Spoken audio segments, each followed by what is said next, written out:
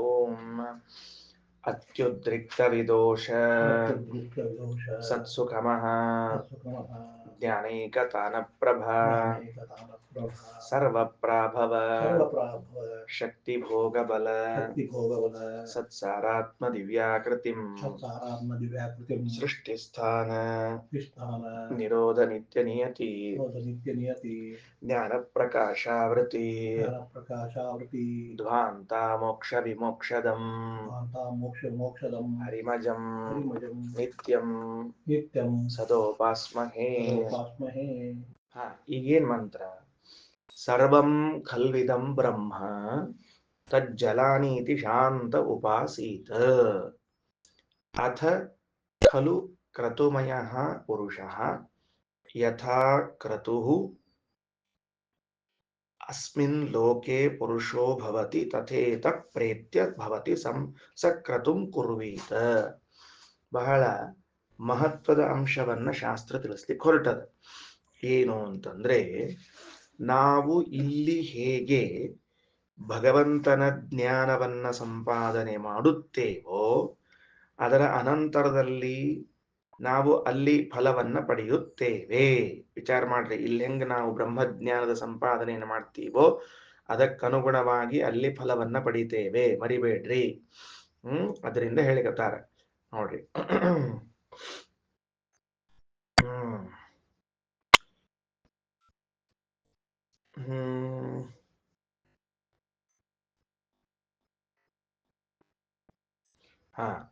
ಹಿಂದೆ ಈಗ ಏನಂತ ಉಪದೇಶ ಮಾಡಿತ್ತು?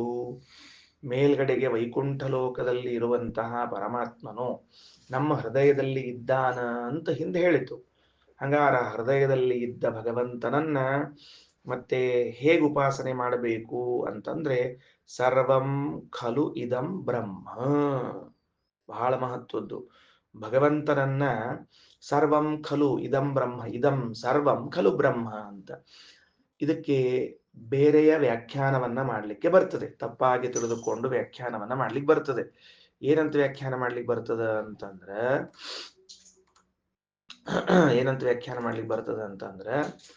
ಈ ಜಗತ್ತೆಲ್ಲವೂ ಕೂಡ ಬ್ರಹ್ಮನಿಂದ ಅಭಿನ್ನವಾಗಿದೆ ಅಂತ ವ್ಯಾಖ್ಯಾನ ಮಾಡ್ಲಿಕ್ಕೆ ಬರ್ತದೆ. ಗೊತ್ತಾಯ್ತಾ? ಏನಂತ ವ್ಯಾಖ್ಯಾನ ಮಾಡಬಹುದು? ಸರ್ವಂ ಖಲು ಇದಂ, ಇದೆಲ್ಲ ಏನದಲ್ಲ, ಇದೆಲ್ಲವೂ ಕೂಡ ಏನಾಗ್ಯದ? ಭಗವಂತನಾಗಿದ್ದಾನೆ ಅಂತ ಉಪಾಸನೆ ಮಾಡ್ಲಿಕ್ಕೆ ಬರ್ತದೆ.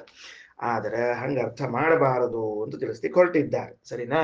ನೋಡ್ರಿ, ಹಂಗಾರೆ ಏನ್ ಅರ್ಥ ಮಾಡಬೇಕು? ಹಂಗ ಅರ್ಥ ಮಾಡಬಾರದು ಅಂದ್ರೆ ಏನ್ ಅರ್ಥ ಮಾಡಬೇಕು ಅಂದ್ರೆ, ಕೆಳಗೆ ಶ್ರೀಮದಾಚಾರ್ಯರು ಇದಂ ಬ್ರಹ್ಮ ಅತಿ ಸಾಮೀಪ್ಯಾತ್ ಸರ್ವಂ ಪೂರ್ಣ ಗುಣತ್ವತಃ. ಬಹಳ ವಿಚಿತ್ರವಾದ ವ್ಯಾಖ್ಯಾನ. ಮೇಲ್ ನೋಡ್ಲಿಕ್ಕೆ ನಮ್ಗೇನ್ ಅನಿಸ್ತದ ಅಂದ್ರೆ, ಇದು ಎಲ್ಲವೂ ಬ್ರಹ್ಮ ಅಂತ ಅರ್ಥ ಅನಿಸ್ತದ. ಇದಂ ಅಂದ್ರೆ ಇದು, ಸರ್ವಂ ಅಂದ್ರೆ ಎಲ್ಲ, ಬ್ರಹ್ಮ ಅಂದ್ರೆ ಬ್ರಹ್ಮ. ನೋಡ್ಕೊಡ್ರಿ, ಇದು ಶಬ್ದ ಬರ್ಕೊಡ್ರಿ ಎಷ್ಟು ಏನಂತ. ಇದಂ ಸರ್ವಂ ಬ್ರಹ್ಮ ಖಲು. ಇಷ್ಟು ವಾಕ್ಯ ಬರ್ಕೊಡೋದನ್ನ ಜೋಡಣೆ ಮಾಡ್ಕೊಳ್ಳೋದು ಹಂಗ ಮಾಡ್ಕೊಳ್ರಿ.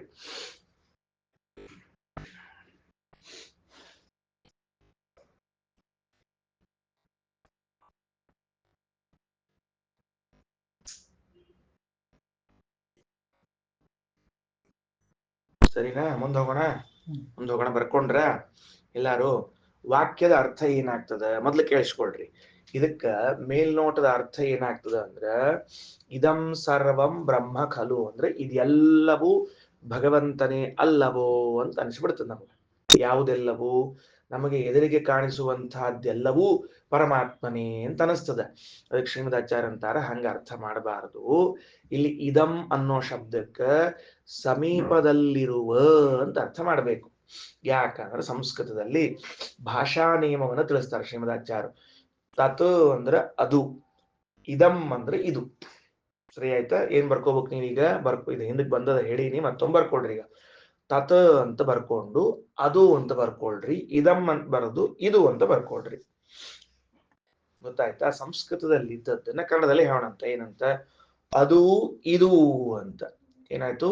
ಅದು ಇದು ಅಂತ ತಿಳ್ಕೊಂಡು ಕಲ್ಪನಾ ಬಂತ ಹೇಳ್ತೇನೆ ಅಂತ ಹೇಳಿ ಅದು ಇದು ಅನ್ನೋ ಶಬ್ದಕ್ಕೆ ತತ್ ಇದಂ ಅಂತ. ಶ್ರೀಮದಾಚಾರ್ಯ ಅಂತಾರೆ, ಇದಂ ಅಂದ್ರೆ ಇದು ಅಂತ ಅರ್ಥ, ಆದ್ರೆ ಸರ್ವಂ ಅಂದ್ರೆ ಎಲ್ಲ ಅಂತ ಅರ್ಥ ಅಲ್ಲ. ಮತ್ತೇನರ್ಥ ಅಂದ್ರೆ ಪೂರ್ಣ ಗುಣತ್ವತಃ, ಗುಣಪೂರ್ಣನಾದದ್ದರಿಂದ ಶಾಸ್ತ್ರದಲ್ಲಿ ಭಗವಂತನನ್ನ ಸರ್ವಂ ಅಂತ ಕರೀತಿದ್ದಾರೆ. ಮತ್ತ ಅರ್ಥ ಆಯ್ತದಲ್ಲಿ ಬರ್ಕೋಬೇಕು. ಏನ್ ಬರ್ಕೋತೀರಿ ನೋಡ್ಕೊಳ್ರಿ. ಇದಂ ಸರ್ವಂ ಬ್ರಹ್ಮ ಖಲು ಅಂದ್ರೆ ಇದಂ, ಇದು ಯಾವುದಿದು, ಇದು ಅಂದ್ರೆ ಆಚಾರ್ಯರಂತಾರ ಬ್ರಹ್ಮ ಅತಿ ಸಾಮೀಪ್ಯಾತ್, ನಮಗೆ ಅತ್ಯಂತ ಸಮೀಪದಲ್ಲಿ ಇದ್ದ ಭಗವಂತ ಗುಣಪೂರ್ಣನಾಗಿದ್ದಾನೆ ಅನ್ನುವುದೇ ಇದಂ ಸರ್ವಂ ಬ್ರಹ್ಮ ಖಲು ಅಂತ ಹೇಳಲಿಕ್ಕೆ ಹೊರಟದ ಹೊರತಾಗಿ ಇದು ಎಲ್ಲವೂ ಬ್ರಹ್ಮ ಅಂತ ಅರ್ಥ ಹೇಳಲಿಕ್ಕೆ ಹೊರಟಿಲ್ಲ. ವಿಷಯ ತಿಳಿದುಕೊಳ್ಬೇಕು.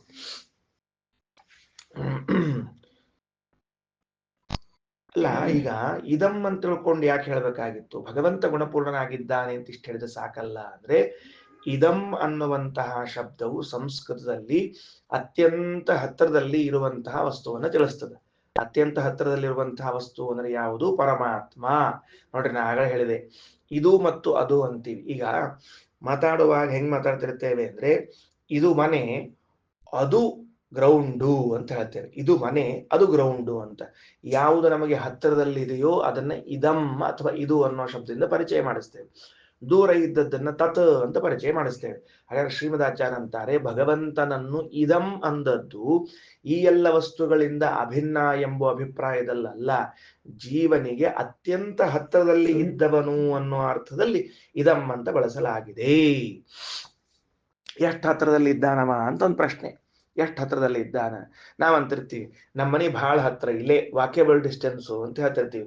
ನಡ್ಕೊಂಡು ಹೋದ್ರೆ ನಮ್ಮ ಮನೆಗೆ ಮುಟ್ಟಬಹುದು ಅಂದ್ರೆ ವಾಹನದ ಅವಶ್ಯಕತೆ ಇಲ್ಲ ಅಂತ. ಇನ್ಯಾರು ಹೇಳಿದ್ರು ನಮ್ಮ ಮನೆ ಎಷ್ಟಂದ್ರೆ ಇಲ್ಲಿಂದ ಕೂಗಿದ್ರೆ ಕೇಳಿಸ್ತದ ಅಷ್ಟ್ ಹತ್ರ ಅಂತ ಯಾರೋ ಹೇಳಿದ್ರು. ಗೊತ್ತಾಯ್ತಾ? ಎಷ್ಟು ಹತ್ರ ಬರ್ಲಿಕ್ಕೆ ನೋಡ್ಕೊಳ್ರಿ. ಒಬ್ಬರಂತಾರ ನಡೆದು ಹೋಗಬಹುದಾದಷ್ಟು ಹತ್ರ, ಇನ್ನೊಬ್ಬರಂತಾರ ಕೂಗಿದ್ರೆ ಕೇಳಿಸುವಷ್ಟು ಹತ್ರ, ಮತ್ತೊಬ್ಬರಂತಾರ ನೀವು ಕೂಗೋದು ಬೇಡ ಹೋಗೋದು ಬೇಡ, ನಿಮ್ ತಲೆ ಮೇಲೆ ಇದ್ದೀವಿ ಇಷ್ಟ ಹತ್ರ ಅಂತಂತಾರ. ಇಷ್ಟ ತಲೆ ಮೇಲೆ ಇದ್ದೀವಿ ಅಂದ್ರೆ ಏನು? ಫಸ್ಟ್ ಫ್ಲೋರ್ನಾಗ ಇದ್ದೀವಿ ಇಷ್ಟ ಹತ್ರ ಅಂತಂತಾರ. ಅದಕ್ಕೆ ಅವ ಕರ್ಕೊಂಡು ಬಂದು ಯಜಮಾನ್ ಹೇಳಿದ್ನಂತೆ, ಅವರು ನಡ್ಕೊಂಡು ಹೋಗಿ ಮುಟ್ಟವ್ರು, ಇವರು ಕೂಗಿದ್ರೆ ಕೇಳಿಸೋರು, ಇವ್ರ ತಲೆ ಮೇಲೆ ಇದ್ದವ್ರು. ನಾವ್ ಅಷ್ಟ್ ಹತ್ರ ಇಲ್ಲ, ನಾವೆಲ್ಲಿದ್ದೀವಿ ನಿಮ್ ಬಾಜುಕ ಇದ್ದೀವಿ ಅಂತ. ಅವ್ರ ಮನೆಗೆ ಬಂದಿದ್ರಿ ಇವರು, ಎಷ್ಟಾಗಿ ಬೇರೆ ಏನಿಲ್ಲ. ಹಾಗಾದ್ರೆ ಸಾಮೀಪ್ಯದಲ್ಲಿ ನಡೆದು ಮುಟ್ಟುವ ಸಾಮೀಪ್ಯ, ಕೂಗಿದರೆ ಕೇಳುವ ಸಾಮೀಪ್ಯ, ಮೇಲಿರುವ ಸಾಮೀಪ್ಯ, ಇಲ್ಲೇ ಇರುವ ಸಾಮೀಪ್ಯ, ಎಷ್ಟು ಸಮೀಪಗಳವ? ಹಂಗಾರೆ ಇದಂ ಅನ್ನುವ ಶಬ್ದವು ಸಮೀಪ ಅನ್ನುವ ಅರ್ಥವನ್ನ ಇಷ್ಟರ್ಥದಲ್ಲಿ ಹೇಳ್ತಿದ್ರೆ ಭಗವಂತ ನಮ್ಗೆ ಎಷ್ಟು ಸಮೀಪದಲ್ಲಿ ಇದ್ದಾನೆ ಅಂದ್ರೆ ಇದಂ ಬ್ರಹ್ಮ ಅತಿ ಸಾಮೀಪ್ಯಾತ್, ಅತ್ಯಂತ ಸಮೀಪದಲ್ಲಿ ಇದ್ದಾನೆ ಅಂತ ತಿಳಿದುಕೊಳ್ಳ್ರಿ. ಅರ್ಥ ಆಯ್ತಾ? ಅತಿ ಸಾಮೀಪ್ಯವನ್ನ ಹೆಂಗ್ ಹೇಳಬಹುದು ಅಂತಂದ್ರೆ ಒಂದೇ ಮನೆಯಲ್ಲಿ ಇದ್ದಷ್ಟು ಹೇಳಿಕ್ ಬರ್ತದೆ. ಅದಕ್ಕೆ ಶ್ರೀಮದಾಚಾರ್ಯ ಅಂತಾರೆ ಇದಂ ಅನ್ನೋ ಶಬ್ದಕ್ಕೆ ಇದು ಅಂತನ್ನೋ ಅರ್ಥಕ್ಕಿಂತ ಅತ್ಯಂತ ಸಮೀಪದಲ್ಲಿದ್ದ ವಸ್ತು ಅಂತ ಯಾಕೆ ಹೇಳಬಾರ್ದು? ಇದಂ ಬ್ರಹ್ಮ ಅತಿ ಸಾಮೀಪ್ಯಾತ್, ಎಷ್ಟು ಸಮೀಪದಲ್ಲಿ ಇದ್ದಾನಂದ್ರೆ ಪ್ರಾಯ ನಾವು ಉಳಿದ ಎಲ್ಲರಿಗಿಂತಲೂ ನಮಗೆ ಸಮೀಪದವರು.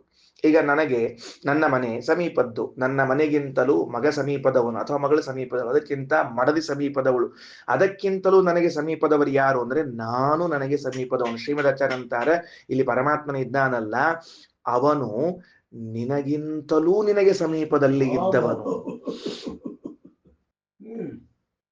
ನಮಗಿದು ಕಲ್ಪನೆ ಇಲ್ಲ. ದೇವರು ಎಷ್ಟು ಹತ್ತಿರ ಇದ್ದಾನ ಅಂದ್ರೆ ನಾವು ನಮ್ಮ ಹತ್ತಿರದ ಬಂಧು ಅಂತೀವಲ್ಲ, ನನಗಿಂತಲೂ ನನಗೆ ಹತ್ತಿರದಲ್ಲಿ ಇದ್ದವನು ಪರಮಾತ್ಮ ಅನ್ನುವಂತಹದ್ದು ಒಂದು ದೊಡ್ಡ ಗುಣ ದೇವರದ್ದು. ನೋಟ್ ಮಾಡ್ಕೊಳ್ರಿ, ನೋಟ್ ಮಾಡ್ಕೊಳ್ರಿ. ನಾನು ತಗೊಳ್ಬೇಕು. ಏನ್ ನೋಟ್ ತಗೋಬೇಕು ಅಂದ್ರೆ ಭಗವಂತನು ನನಗಿಂತಲೂ ಅತ್ಯಂತ ಸಮೀಪದಲ್ಲಿದ್ದ ನಮ್ಮ ವ್ಯಕ್ತಿ, ನನ್ನವನು. ಅದರಿಂದ ನಾವೇನು ಹೊಸ ಅಂಶವನ್ನ ಪ್ರಮೇಯವನ್ನ ಕೇಳಿದ್ವಿ ಇವತ್ತು ಅಂದ್ರೆ ಸರ್ವಂ ಖಲ್ವಿದಂ ಬ್ರಹ್ಮ ಅನ್ನುವಂತಹ ವಾಕ್ಯಕ್ಕೆ ಇದು ನೋಡಿದರೆ ಅದ್ವೈತದ ಭಾಷೆಯಲ್ಲಿ, ಅದ್ವೈತದ ದರ್ಶನದ ಭಾಷೆಯಲ್ಲಿ ಮಾತನಾಡದಂತೆ ಕಾಣಿಸ್ತದೆ. ಇದೆಲ್ಲವೂ ಭಗವಂತ, ಕಲ್ಲು ಭಗವಂತ, ಮಣ್ಣು ಭಗವಂತ, ನಾನು ಭಗವಂತ, ನೀನು ಭಗವಂತ ಅಂತ ಎಲ್ಲ ವಸ್ತುಗಳಿಗೂ ಭಗವಂತನಿಗೂ ಅಭೇದ ಹೇಳಿದ ಸ್ಟೈಲಿನಲ್ಲಿ ಇದೆ ಈ ವಾಕ್ಯ. ಮೇಲ್ನೋಟದ ಅರ್ಥ. ಯಾಕೆಂದ್ರೆ ನಮಗೆ ಸ್ವಲ್ಪ ಅದ್ವೈತದ ವಾಸನೆ ಇದ್ದ ಬಿಟ್ರೆ ಈ ಅರ್ಥ ಬರ್ತದೆ, ಆ ದರ್ಶನದ ವಾಸನೆ ಇದ್ರೆ. ಆದರೆ ಶ್ರೀಮದಾಚಾರ್ಯರು ಇದಂ ಅನ್ನುವ ಶಬ್ದ ಶಬ್ದಕ್ಕೆ ಇದು ಅಂತ ಅರ್ಥ ಹೌದು, ಇಲ್ಲ ಅಂತಲ್ಲ. ಸರ್ವಂ ಅನ್ನುವ ಶಬ್ದಕ್ಕೆ ಪೂರ್ಣ ಅಂತ ಅರ್ಥ ಇದೆ. ಇದು ಪೂರ್ಣ. ಯಾವುದು ಪೂರ್ಣ? ನಮಗೆ ಎಲ್ಲಕ್ಕಿಂತಲೂ ಅತ್ಯಂತ ಹತ್ತಿರದಲ್ಲಿರುವಂತಹ ಭಗವಂತನೇನಿದ್ದಾನೋ ಅವನು ಪೂರ್ಣನಿದ್ದಾನೆ. ಸರ್ವಂ ಖಲ್ವಿದಂ ಬ್ರಹ್ಮ ಅನ್ನೋ ಅರ್ಥ ಮಾಡ್ಲಿಕ್ಕೆ ಬರ್ತದೆ. ನೋಡ್ರಿ ಎಷ್ಟು ಮಹತ್ವದ ವಿಷಯ ಬಂತು. ಶ್ರೀಮದಾಚಾರ್ಯ ತಿಳಿಸ್ಲಿಕ್ಕೆ ಹೊರಡ್ತಾರ, ಬರೇ ಸಮೀಪದಲ್ಲಿದ್ದಾನಂತ ತಿಳಿಬೇಡ, ಅತಿ ಸಮೀಪದಲ್ಲಿ ಇದ್ದವನವನು. ನನಗೇನ್ರ ಆಗ್ತದ ಅಂದ್ರ ನೋಡ್ರಿ, ಈ ಮಾತಿನಿಂದ ನನಗೊಂದು ಅನಿಸ್ತದ. ಈ ಮಾತಿನಿಂದ ಏನ್ ಅನಿಸ್ತದ ಅಂದ್ರ, ನಾವ್ ಯಾವಾಗ್ಲೂ ಹಿಂಗ್ ಮಾತಾಡ್ತಿರ್ತೀವಿ ನಾವ್ ಯಾವಾಗ್ಲೂ ಅಂದ್ರ, ನನಗೇನಾಗೋದಿತ್ತೋ ಏನೋ ದೇವ್ರ ರಕ್ಷಣಾ ಮಾಡಿಬಿಟ್ಟ, ನನಗೇನಾಗೋದಿತ್ತೋ ಏನೋ ದೇವ್ರ ರಕ್ಷಣಾ ಮಾಡಿಬಿಟ್ಟ ಅಂತ. ನನ್ನ ರಕ್ಷಣೆಯನ್ನ ನಾನು ಮಾಡಿಕೊಳ್ಳುವುದರ ಒಳಗಾಗಿ ಇನ್ನೊಬ್ಬನು ನನ್ನ ರಕ್ಷಣೆ ಮಾಡ್ತಾನೆ ಅಂದ್ರೆ, ಸೊ ಅವನು ನನಗಿಂತಲೂ ನನ್ನ ಹತ್ತಿರದಲ್ಲಿ ಇರ್ಲೇಬೇಕಲ್ಲ. ಅವನು ನನಗಿಂತಲೂ ನನ್ನ ಹತ್ತಿರದಲ್ಲಿ ಇದ್ದದ್ದಕ್ಕೆ ನಾನು ರಕ್ಷಣೆ ಮಾಡುವ ಪ್ರಯತ್ನ ಮಾಡುವುದರೊಳಗಾಗಿ ನನ್ನ ರಕ್ಷಣೆಯನ್ನು ಮಾಡಿ ಮುಗಿಸಿದ್ದಾನೆ. ಒಂದ್ ವೇಳೆ ಅವ ನನ್ನಿಂದ ದೂರ ಇದ್ದಿದ್ದರೆ ನಾನ್ ನನ್ನ ರಕ್ಷಣೆ ಮಾಡ್ಕೊಂಡ್ಮೇಲೆ ಅವ್ರು ಬರ್ಬೋದು. ಕೆಲವ್ರು ಇರ್ತಾರ ನೋಡ್ರಿ, ಮನೆ ಹೊರಗೆ ನಿಂತಿರ್ತಾರ, ಒಳಗೆ ಏನ್ರ ಆದ್ಮೇಲೆ ಬಾಯಿ ಬಡ್ಕೊಂಡ್ಮೇಲೆ ಹೊಡ್ಕೋದ್ ಬರ್ತಿರ್ತಾರೆ. ಇಲ್ಲೇ ಹತ್ತಿರದಲ್ಲಿ ಇದ್ದವ್ರು ಮೊದಲು ನೋಡಿರ್ತಾರೆ. ಹಾಗಾದ್ರೆ ನನ್ನನ್ನು ಅನಾದಿ ಕಾಲದಿಂದ ಸಂಸಾರದಲ್ಲಿ ಇಷ್ಟರವರೆಗೆ ರಕ್ಷಣೆ ಮಾಡಿದವನು ಪರಮಾತ್ಮ ಯಾಕಾಗ್ತಾನೆ ಅಂದ್ರೆ, ನನಗಿಂತಲೂ ನನ್ನ ಹತ್ತಿರದಲ್ಲಿ ಅವ ಇದ್ದಾನೆ ಅನ್ನೋದಕ್ಕೆ. ನನಗೇನರ ಆಗ್ತದ ಅಂತ ಆದ ವಿತಿನ್ ಸೆಕೆಂಡ್ ಒಳಗೆ ಅವ ಠಕ್ ಅಂತ ರಕ್ಷಣೆ ಮಾಡಿ ಮುಗಿಸ್ಬಿಟ್ಟಿರ್ತಾನೆ. ಚಸ್ಮಾ ಹಾಕೊಂಡಿರಿ ನೀವೆಲ್ಲ, ಕೆಲವರೆಲ್ಲ. ನಾ ಅವಾಗವ ಹಾಕೋತಿರ್ತೀನಿ.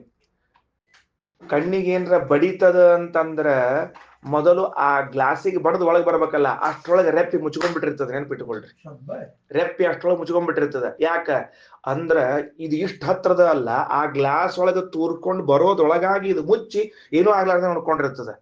ಹಾಗಾದ್ರೆ ಸಮೀಪದಲ್ಲಿ ಇದ್ದದರಿಂದ ನಮಗೆ ರಕ್ಷಣೆ ಸಿಗುತ್ತದೆ. ಅದಕ್ಕೆ ಶ್ರೀಮದಾಚಾರ್ಯ ಅಂತಾರ, ಬ್ರಹ್ಮ ಅತಿ ಸಾಮೀಪ್ಯಾತ್. ಅಯ್ಯೋ ಹುಚ್ಚಪ್ಪ, ಎಲ್ಲರೂ ದೇವರು ಅಂತೇಳಿ ಬೇಡ, ಅತ್ಯಂತ ಸಮೀಪದಲ್ಲಿದ್ದು ನಿನ್ನ ರಕ್ಷಣೆಯನ್ನ 24 ಗಂಟೆಯೂ ನಿನಗಿಂತಲೂ ಮೊದಲು ಮಾಡುವಂಥವನು ಅಂತ ತಿಳಿದುಕೋ ಅಂತ ಹೇಳ್ತಾರೆ.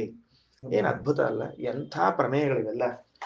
ಉಪನಿಷತ್ತು ಓದದೆ ಹೋದರೆ ವಂಚಿತರಾಗ್ಬಿಡ್ತೀವಿ. ನೆನಪಿಟ್ಕೊಡ್ರಿ, ಇವನ್ನೆಲ್ಲ ಕಳ್ಕೊಂಡ್ಬಿಡ್ತೀವಿ ನಾವೆಲ್ಲ. ಇದಂ ಬ್ರಹ್ಮ ಅತಿ ಸಾಮೀಪ್ಯಾತ್ ಸರ್ವಂ ಪೂರ್ಣ ಗುಣತ್ವತಃ ತಚ್ಚ ಬ್ರಹ್ಮ ಜಲಾನ್ ಸಾಕ್ಷಾತ್ ಯೋಸೋ ವಿಷ್ಣುರ್ಜಲೇ ನೀತಿ. ಇಂತಹ ನಮ್ಮ ಹೃದಯದಲ್ಲಿ ಇರುವ, ನನಗಿಂತಲೂ ನನ್ನ ಸಮೀಪದಲ್ಲಿರುವಂತಹ ಅತ್ಯಂತ ಪೂರ್ಣನಾದ ಭಗವಂತ ತಜ್ಜಲಾನಿ ಇತ್ಯುಪಾಸೀತ, ಅವನನ್ನು ಜಲಾನಿ ಜಲಾನಿ ಅಂತನಬೇಕಂತೆ. ಇದೇನೋ ಉತ್ತರ ಭಾರತದವ್ರ ಅಡ್ರೆಸ್ ಇದ್ದಂಗದಲ್ರಿ ಜಲಾನಿ, ಮತ್ತೊಬ್ರು ಮುಗ್ದೊಬ್ರು ಅಂದ್ರೆ ಅಲ್ಲ. ಅದಕ್ಕೆ ಆಚಾರ ಅಂತಾರೆ, ಸಾಕ್ಷಾತ್ ಯೋಸೋ ವಿಷ್ಣುರ್ ಜಲೇ ಅನತಿ. ಜಲಾನಿ ಅಂದ್ರೆ ಜಲೇ ಅನತೀತಿ ಜಲಾನಿ. ಪ್ರಳಯ ಕಾಲದ ಜಲದಲ್ಲಿ ಇದ್ದ ಭಗವಂತನೇ ನಿನ್ನ ಹೃದಯದಲ್ಲಿ ಇದ್ದ ಭಗವಂತ ಎಂದು ಉಪಾಸನೆ ಮಾಡು. ಜಲಾನಿ ಅನ್ನೋ ಶಬ್ದ ಬರ್ಕೊಳ್ರಿ, ಜಲೇ ಪ್ಲಸ್ ಅನತಿ ಇಸ್ ಈಕ್ವಲ್ ಟು ಅಂತ ಬರ್ಕೊಳ್ರಿ. ಜಲೇ ಪ್ಲಸ್ ಅನತಿ ಇಸ್ ಈಕ್ವಲ್ ಟು ಅರ್ಥ ಏನು? ಜಲೆ ತಳಗ ಪ್ರಳಯ ಜಲದಲ್ಲಿ ಅನತಿ ತಳಗಡೆಗೆ ಚೇಷ್ಟೆ, ಅದು ಕ್ರಿಯೆ ಇರುವ ಅಂತ ಇಷ್ಟ ತಗೊಳ್ರಿ. ಪ್ರಳಯ ಜಲದಲ್ಲಿ ಇರುವ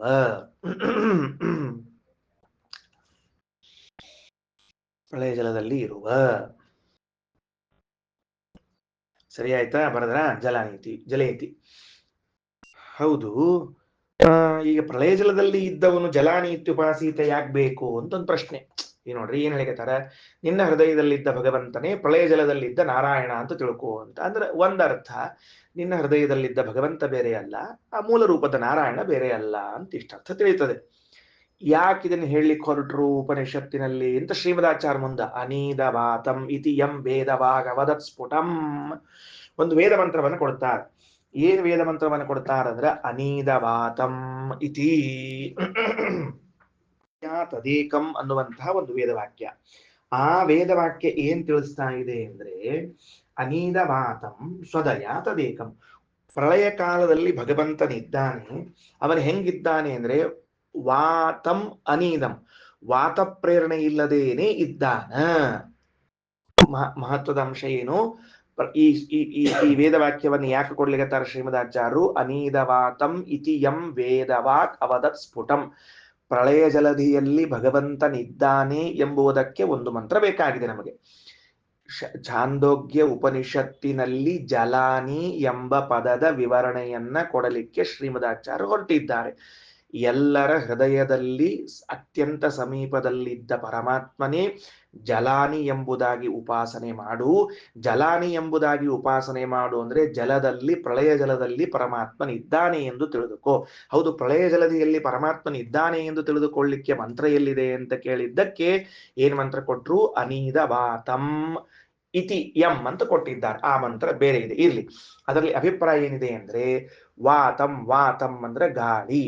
ಅನೀದ ವಾತಂ, ವಾತ ಪ್ರೇರಣಂ ವಿನ, ಗಾಳಿಯ ಪ್ರೇರಣೆ ಇಲ್ಲದೇ ಇದ್ದರೂ ಕೂಡ ಪರಮಾತ್ಮನು ಪ್ರಳಯ ಕಾಲದಲ್ಲಿ ಇದ್ದಾನ. ಏನ್ ಹಂಗಂದ್ರ ವಾತ ಪ್ರೇರಣೆ ಇಲ್ಲದೆ ಇದ್ರೂ ಕೂಡ ಪರಮಾತ್ಮ ಪ್ರಳಯ ಕಾಲದಲ್ಲಿ ಇದ್ದಾನ ಅಂದ್ರೆ ಅರ್ಥ ಏನು ಅಂತ ಕೇಳಿದ್ರೆ, ಅದು ನಮಗ ವಾತ ಪ್ರೇರಣಾ ಎಂಬುದು ಎರಡನೇ ಅಂಶ. ಮೊದಲನೇ ಅಂಶ ಯಾವುದು ಅಂದ್ರೆ ಪ್ರಳಯದಲ್ಲಿ ಪರಮಾತ್ಮನಿದ್ದಾನೆ ಒಂದು. ಎರಡನೇದ್ದು ಸ್ವತಂತ್ರನಾಗಿ ಇದ್ದಾನೆ ಪರಮಾತ್ಮ ಅಂತ ಹೇಳಬೇಕಾಗಿದೆ. ನಮಗೆ ಸ್ವತಂತ್ರನಾಗಿ ಇದ್ದಾನೆ ಅಂತ ಹೇಳಬೇಕಾದ್ರೆ ನಾವು ಇಲ್ಲಿ ಇರುವಾಗ ಪ್ರಾಣದೇವರ ಪ್ರೇರಣೆಯಿಂದ ಶ್ವಾಸೋಚ್ಛ್ವಾಸ ಮಾಡುತ್ತಾ ಇದ್ದೇವೆ. ಪ್ರಳಯ ಕಾಲದಲ್ಲಿ ಪರಮಾತ್ಮನಿದ್ದಾನೆ, ಪ್ರಾಣದೇವರ ಪ್ರೇರಣೆ ಇಲ್ಲ. ಅಂದ್ರೆ ಪ್ರಳಯ ಕಾಲದಲ್ಲಿ ವಾಯುದೇವರ ಪ್ರೇರಣೆ ಇಲ್ಲ ಭಗವಂತನಿಗೆ ಅನ್ನೋದರಿಂದಾಗಿ ಎಂದೂ ಕೂಡ ಭಗವಂತನಿಗೆ ಶ್ವಾಸೋಚ್ಛ್ವಾಸಕ್ಕೆ ವಾಯುದೇವರ ಪ್ರೇರಣೆಯ ಅವಶ್ಯಕತೆ ಇಲ್ಲ ಅನ್ನುವ ಅಂಶವನ್ನು ಹೇಳ್ತಾ ಇದ್ದಾರೆ. ಅಂದ್ರೆ ನಾನು ಏನಾದರೂ ಒಂದು ಕೆಲಸ ಮಾಡಬೇಕಾಗಿದ್ದರೆ, ಬದುಕಿರಬೇಕು, ಬದುಕಿರಬೇಕಾದರೆ ಪ್ರಾಣದೇವರು ಪ್ರೇರಿಸಬೇಕು, ಪ್ರಾಣದೇವರ ಚಟುವಟಿಕೆ ಇರಬೇಕು. ಭಗವಂತನಿಗೆ ಯಾವುದೇ ಕಾಲದಲ್ಲೂ ಕೂಡ ತನ್ನ ಇರುವಿಕೆಗೆ ಪ್ರಾಣದೇವರಂಥ ದೊಡ್ಡ ದೇವತೆಗಳ ಅವಶ್ಯಕತೆಯೂ ಇಲ್ಲದೆ ಇರುವಾಗ ಹೇಗಿದ್ದಾನೆ ವಿಚಾರ ಮಾಡಿಕೊಳ್ಳ್ರಿ. ಇದು ಆ ಮಂತ್ರದ ತಾತ್ಪರ್ಯ. ಇಲ್ಲಿ ಈಗ ನಮಗೆ ಬೇಕಾದದ್ದೇನು ಅಂದ್ರೆ ಪ್ರಳಯ ಕಾಲದಲ್ಲಿ ಇದ್ದ ನಾರಾಯಣ, ಸ್ವತಂತ್ರನಾಗಿ ಇದ್ದ ನಾರಾಯಣ, ಇದೆಲ್ಲ ಅರ್ಥ ಆಯ್ತು. ಈಗ ಅನೀದವಾತಂ ಅನ್ನೋ ಶಬ್ದಕ್ಕೆ ಸ್ವತಂತ್ರನಾದ ಅಂತ ಅರ್ಥ ತಿಳ್ಕೊಂಡ್ಬಿಡ್ರಿ. ಸ್ವತಂತ್ರನಾದ ಪ್ರಳಯ ಕಾಲದಲ್ಲಿ ಇದ್ದ ನಾರಾಯಣನೇ ನಿನ್ನ ಹೃದಯದಲ್ಲಿ ಇದ್ದಾನೆ, ನಿನ್ನಕ್ಕಿಂತಲೂ ನಿನ್ನ ಸಮೀಪದಲ್ಲಿ ಇದ್ದಾನೆ. ಯಾಕೆ ಮಾತು ಹೇಳಿದ್ರು ಅಂತ ನನ್ನ ಅಭಿಪ್ರಾಯ. ಏನು ಅಂದ್ರೆ, ಈಗ ನಾ ಹಿಂದಿನ ಶಬ್ದದಲ್ಲಿ ಮಾತಾಡಿದೆ, ನನ್ನ ರಕ್ಷಣೆಯನ್ನ ನನಗಿಂತಲೂ ಮೊದಲು ಭಗವಂತ ಮಾಡ್ತಾನೆ ಅಂತ ನಾನು ಹೇಳಿದೆ.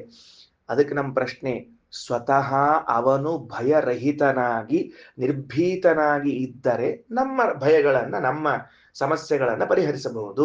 ಅವ ಹಂಗಿದ್ದಾನ, ನಮಗೆ ಬಂದ ಭಯ ಪರಿಹರಿಸುವಂತೆ ಅವನ ಸಮರ್ಥನಾಗಿದ್ದಾನೆ ಅಂತ ತಿಳಿಬೇಕು ಅಂದ್ರೆ ಬ್ರಹ್ಮದೇವರ 100 ವರ್ಷದ ದೀರ್ಘಕಾಲದ ಪ್ರಳಯ ಜಲಧಿಯಲ್ಲಿ ಒಬ್ಬನೇ ಒಬ್ಬನಿದ್ದ ಆ ಗಾಢಾಂಧಕಾರದಲ್ಲೂ ಅಂತನ್ನೋದರಿಂದ ನಮಗೇನ್ ತಿಳಿದು ಬರ್ತದೆ ಅಂದ್ರೆ ಅವ ಎಷ್ಟು ಧೀರನಿದ್ದಾನೆ, ಎಷ್ಟು ಧೈರ್ಯವಂತನಿದ್ದಾನೆ ಅಂತ ತಿಳಿದುಕೋ. 1 ದಿವಸ ಅಲ್ಲ, 2 ದಿವಸ ಅಲ್ಲ, ಏನೋ ಮನ್ಯಾಗ 1 ದಿವಸ ಲೈಟ್ ಇದ್ದಿದ್ದಿಲ್ರಪ್ಪ, ಮೆಣಬತ್ತಿ ಹಚ್ಕೊಂಡು ಕೂತಿದ್ವಿ ಅಂತ ಅನ್ಬಹುದು. 2 ದಿವಸ ಲೈಟ್ ಇದ್ದಿದ್ದಿಲ್ಲ, ಮೆಣಬತ್ತಿ ಹಚ್ಕೊಂಡು ಕೂತಿದ್ವಿ, ಕ್ಯಾಂಡಲ್ ಹಚ್ಕೊಂಡು ಕೂತಿದ್ವಿ, ಕಂದೀಲ್ ಹಚ್ಕೊಂಡು ಕೂತಿದ್ವಿ ಅಂತ. ಬ್ರಹ್ಮದೇವರ ಪ್ರಳಯ ಕಾಲದಷ್ಟು ದೀರ್ಘವಾದ ಪ್ರಳಯ ಕಾಲದಲ್ಲಿ ಬೆಳಕಿಲ್ಲ, ಗಾಳಿ ಇಲ್ಲ, ಏನೇನು ತಿನ್ಲಿಕ್ಕಿಲ್ಲ, ಉಣ್ಲಿಕ್ಕಿಲ್ಲ, ಏನೇನು ಇಲ್ಲ. ಅಂಥದ್ರಲ್ಲಿ ಒಬ್ಬಂಟಿಗನಾಗಿ ಸ್ವತಂತ್ರನಾಗಿ ಆನಂದದಿಂದ ಇದ್ದ ಪರಮಾತ್ಮ ಎಂತಹ ಕಷ್ಟಗಳನ್ನು ಎದುರಿಸಿ ಹಾಕಬಲ್ಲ ಅನ್ನುವಂತಹ ಧೈರ್ಯವನ್ನ ಕೊಡಲಿಕ್ಕೆ ಅನೀದವಾತಂ ಸ್ವದಯಾ ತದೇಕಂ ಅನ್ನುವಂತಹ ಮಂತ್ರವನ್ನ ಆಚಾರ್ಯರು ಉದಾಹರಣೆ ಕೊಡ್ತಾರೆ. ಏನ್ ಸರಳವಾದ ಮಂತ್ರ ಒಂದು, ತಜ್ಜಲಾನೀತ್ಯುಪಾಸೀತ ಶಾಂತಃ. ಭಗವಂತನನ್ನ ಪ್ರಳಯ ಜಲಧಿಯಲ್ಲಿ ಇದ್ದವನು ಎಂಬುದಾಗಿ ತಿಳಿದುಕೊಳ್ಳ್ರಿ. ಯಾರು ನಿನ್ನ ಹೃದಯದಲ್ಲಿ ಇದ್ದವನು, ಯಾರು ನಿನ್ನ ಹೃದಯದಲ್ಲಿ ಇದ್ದವನು ಅಂದ್ರೆ ಬ್ರಹ್ಮದೇವರ 100 ವರ್ಷಗಳ ಕಾಲ ಗಾಢವಾದ ಅಂಧಕಾರ ಇರಬಹುದು, ಗಾಳಿ ಇಲ್ಲದೆ ಇರಬಹುದು, ಯಾರ್ಯಾರು ಇಲ್ಲದೆ ಇರಬಹುದು, ಇದ್ದರೂ ಕೂಡ ತಾನೊಬ್ಬನೇ ಸ್ವತಂತ್ರವಾಗಿ ರಮಣ ಮಾಡ್ತಾ ಇದ್ದಾನಲ್ಲ, ಅವನೇ ನಿನಗಿಂತಲೂ ನಿನ್ನ ಹತ್ರದಲ್ಲಿ ಇದ್ದವನು ಅಂದ್ರೆ ಎಲ್ಲಾ ಭಯಗಳನ್ನ ಪರಿಹಾರ ಮಾಡಿ ಹಾಕ್ತಾನೆ ಅಂತ ಭರವಸೆ ಕೊಡ್ಲಿಕ್ಕೆ ಆ ಮಂತ್ರವನ್ನ ಕೊಟ್ಟಿದ್ದಾರೆ. ನೋಡ್ರಿ, ಸರ್ವಂ ಖಲ್ವಿದಂ ಬ್ರಹ್ಮ ತಜ್ಜಲಾನೀತಿ ಶಾಂತ ಉಪಾಸೀತ ಅಥ ಖಲು. ಏನಪ್ಪಾ ಅಂತಂದ್ರ ಇನ್ನ ಹೌದು, ಹಿಂಗ ನಾವು ಶಾಂತಃ ಉಪಾಸೀತ, ಮುಂದಿನೊಂದು ಮಾತು ಉಳಿತು, ತಜ್ಜಲಾನೀತಿ ಶಾಂತ ಉಪಾಸೀತ. ಶಾಂತಃ ನಿಷ್ಠೆಯಿಂದ, ನೆನಪಿಟ್ಟುಕೊಳ್ರಿ, ಬಹಳ ಮಹತ್ವದ್ದು. ನಿಶಾಂತಃ ಅಧಿಕಾರಿ, ನಿಷ್ಠೆಯಿಂದ ಭಗವಂತನ ಉಪಾಸನೆಯನ್ನ ಮಾಡ್ರಿ. ಅಲ್ರಿ ಹಿಂಗ್ಯಾಕ್ ನಾವು ಭಗವಂತನ ತಿಳ್ಕೋಬೇಕು, ಹಿಂಗ್ಯಾಕ್ ಭಗವಂತನ ಧ್ಯಾನ ಮಾಡಬೇಕು ಅಂತ ಕೇಳಿದ್ರೆ ಅದಕ್ಕಂತಾರೆ, ನಿನಗ ಎಂತಹ ಜ್ಞಾನವೋ ಅಂತಹ ಪ್ರಾಪ್ತಿ. ಬಹಳ ಚಂದದ. ಏನ್ ಚಂದದ ಅಂದ್ರೆ, ಅಥ ಖಲು ಕ್ರತುಮಯ ಪುರುಷ. ಏನು ಈ ಜೀವ ಏನಿದ್ದಾನ ಇವನು ಭಗವಂತನ ವಿಷಯದಲ್ಲಿ ಎಂತಹ ಜ್ಞಾನವುಳ್ಳವನಾಗ್ತಾನೋ ಅಂತಹ ಫಲವನ್ನ ಪಡಿತಾನೆ. ದೇವರ ಈಗ ಲಕ್ಷ್ಯ ಕೊಟ್ಟುಕೊಳ್ಳ್ರಿ. ನಾನು ಇಲ್ಲಿ ಬದುಕಿದ್ದಾಗ ದೇವರನ್ನು ಹೇಗೆ ತಿಳಿದುಕೊಳ್ಳುತ್ತೀನೋ ಅಮುತ್ರ ಪರಲೋಕದಲ್ಲಿ ಪರಜನ್ಮಗಳಲ್ಲಿ ಬರುವ ದಿನಗಳಲ್ಲಿ ನನಗೆ ಅಂತಹ ಫಲಗಳು ಎದುರಾಗುತ್ತವೆ. ಅಂತಹ ಫಲಗಳು ಎದುರಾಗ್ತದೆ. ರಾಯರು ಬರೀತಾರೆ, ಜ್ಞಾನಾಧೀನ ಶುಭ ಪ್ರಾಪ್ತಿ ಮತ್ವಾತ್. ಜ್ಞಾನದ ಅಧೀನವಾಗಿದೆ ನಮಗೆ ಶುಭದ ಪ್ರಾಪ್ತಿ. ಏನ್ ಹಂಗಂದ್ರ ನನಗೆ ಇಹ ಜನ್ಮದಲ್ಲಿ, ನನಗೆ ಪರಜನ್ಮದಲ್ಲಿ, ಪರಲೋಕದಲ್ಲಿ ಏನಾದ್ರೂ ಒಂದು ಶುಭ ಆಗ್ತಾ ಇದೆ ಅಂದ್ರೆ ನಾನು ಭಗವಂತನನ್ನ ಎಷ್ಟು ನಿಷ್ಠೆಯಿಂದ ತಿಳಿದುಕೊಂಡಿದ್ದೀನೋ ಅದರ ಫಲವಾಗಿ ಆಗ್ತಾ ಇದೆ ಅಂತ ಬರೀತಾರೆ ರಾಯರು. ಏನ್ ಆಶ್ಚರ್ಯ, ಏನ್ ಆಶ್ಚರ್ಯ. ಇವತ್ತೊಂದು ನನಗೆ ಒಳ್ಳೇದಾಗೇದ, ಇವತ್ತೊಂದು ನನಗೆ ಕ್ಷೇಮ ಆಗೇದ ಅಂತಂದ್ರೆ ಇದು ಎದರ ಅಧೀನ? ಜ್ಞಾನಾಧೀನ. ಯಜ್ಞಾನಾಧೀನ? ಭಗವದ್ಜ್ಞಾನಾಧೀನ. ನೋಡು, ಭಗವಂತನನ್ನ ನೀನು ಸರ್ವೋತ್ತಮ, ಭಗವಂತನಿಂದ ಸ್ವತಂತ್ರ ಎಂಬ ಜ್ಞಾನ ಮಾಡಿಕೊಂಡಿದ್ದಿ, ಅದರ ಫಲವಾಗಿ ನಿನಗಿವತ್ತು ಶುಭವಾಗ್ತಾ ಇದೆ ಅಂತ ತಿಳಿಸಿಕೊಡ್ತದೆ ಶಾಸ್ತ್ರ.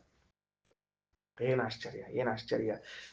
ರಾಯರು ಬರೆದದ್ದು ಮೂಲತಃ ವಾಕ್ಯ ಇದೆಯಲ್ಲ, ಅಥ ಖಲು ಕ್ರತುಮಯ ಪುರುಷಃ ಯಥಾ ಕ್ರತು ಅಸ್ಮಿನ್ ಲೋಕೆ. ನೀನ್ ಇಹಲೋಕದಲ್ಲಿ ಏನು ಜ್ಞಾನವನ್ನ ಮಾಡಿಕೊಳ್ತೀಯೋ ತಥೇತ ಪ್ರೇತ್ಯ ಭವತಿ ಸ ಕ್ರತುಂ ಕುರ್ವೀತ. ಮುಂದೆ ಸತ್ತ ಮೇಲೂ ನೀನು ಅಂತಹ ಫಲವನ್ನ ಪಡಿತೀಯ. ಆದ್ದರಿಂದ ಒಳ್ಳೆ ಜ್ಞಾನವನ್ನ ಸಂಪಾದನೆ ಮಾಡಿಕೋ,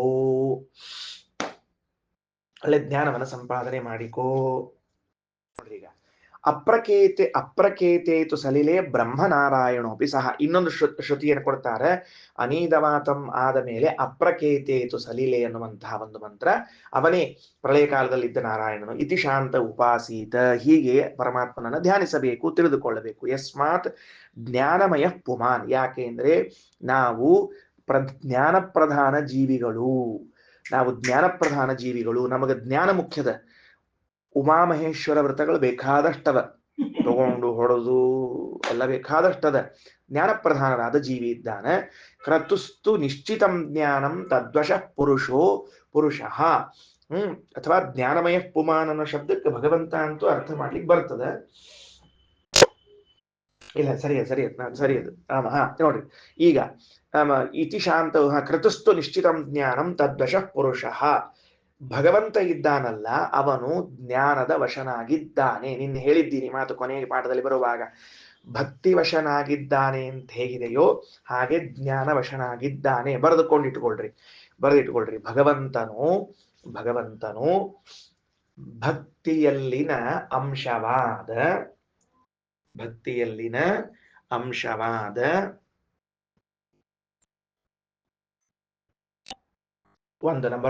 ನಂಬರ್ ಒನ್ ಹಾಕೊಳ್ರಿ. ಅಂಶವಾದ ನಿಶ್ಚಿತವಾದ ಜ್ಞಾನಕ್ಕೆ ವಶನಾಗುತ್ತಾನೆ. ನಿಶ್ಚಿತವಾದ ಜ್ಞಾನಕ್ಕೆ ವಶನಾಗುತ್ತಾನೆ.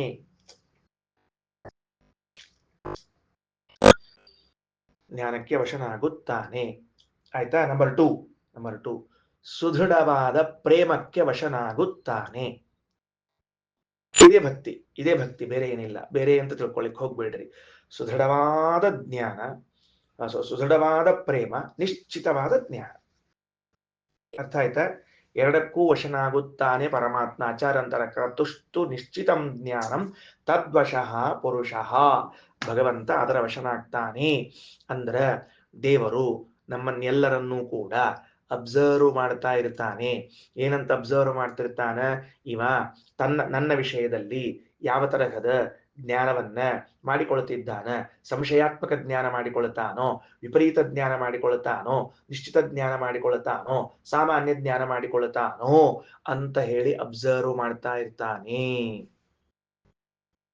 ಈಗ ದೈತ್ಯರಿಗೆ ಭಗವಂತ ಯಾಕೆ ವಶನಾಗುವುದಿಲ್ಲ, ಯಾಕೆ ಅನುಗ್ರಹಿಸುವುದಿಲ್ಲ ಎಂಬುದಕ್ಕೆ ಉತ್ತರ ಸಿಕ್ತು.